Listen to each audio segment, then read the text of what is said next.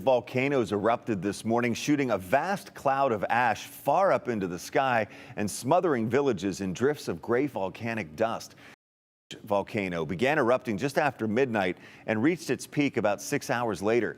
Ash covered an area of about 41,700 square miles. Villages in the area were carpeted in drifts of gray ash as deep as 3 inches thick, the most in the last 60 years.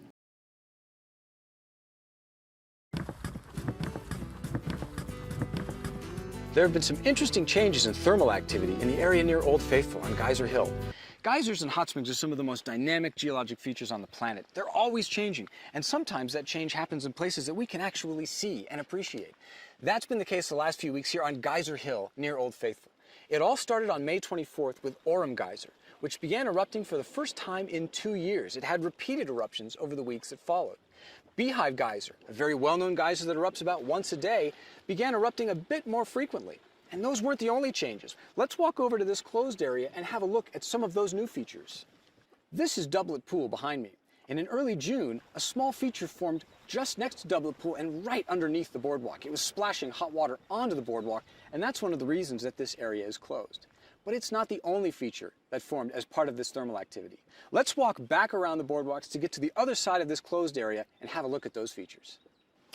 This vantage point gives us a pretty good view of some of the other thermal activity that occurred in late May and early June. You can see that one feature just there in the sun. That actually formed in 2018, but it had been dormant ever since. It came to life on May 30th. At about the same time, that feature that's right underneath the boardwalk there formed, brand new. And it threw a lot of debris up onto the boardwalk. You can see some rocks and material sitting there. That's one of the reasons that this stretch of boardwalk is closed. This is very similar to some activity that occurred in September of 2018. That's when that first feature out there formed. And that time period is very well known too for the rare eruption of Ear Spring. It hadn't erupted in some decades, and when it had its eruption in September 2018, it brought decades of human trash to the surface. Cinder block, coins, cans with pull tabs, even a baby's pacifier. The activity has calmed substantially since early June, and things seem to be on their way to returning to normal. Of course, now the $64,000 question is, what drove this activity? It's tempting to think that it's magma, right? Imparting heat to the surface? Sorry, that's not the case. If that were true, we would expect to see changes throughout the basin, not just in one little localized area of Geyser Hill. We'd also see abundant earthquake activity that could be felt, dramatic ground deformation. This is really more an example of the dynamic nature of Yellowstone's hydrothermal system. It's like the plumbing in an old house, always springing leaks. This is Yellowstone being Yellowstone in its purest form. Turning now to ground deformation, this is vertical change at the White Lake GPS station on the east side of the caldera. Each dot is 1 day's worth of data, and this entire plot spans the past 2 years. Downward trends indicate subsidence, and upward trends indicate uplift. And the pattern we're seeing here has been ongoing since 2015, with subsidence during the fall and winter and most of the spring months, and then a little bit of uplift, or at least a pause in that subsidence, during the summer months. This uplift or pause in subsidence is caused by runoff from snowmelt that percolates into the ground, and the ground sort of swells up like a sponge. So we saw subsidence throughout much of late 2022 and early 2023, and that's transitioned to uplift due to that groundwater that's puffing the ground up like a sponge.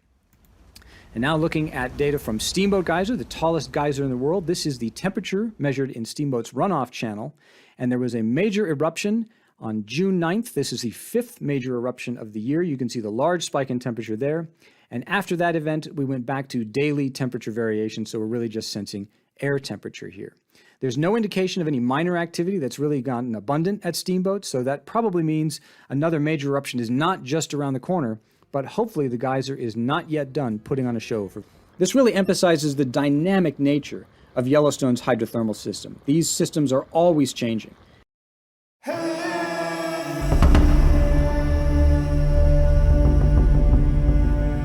Thank you for watching.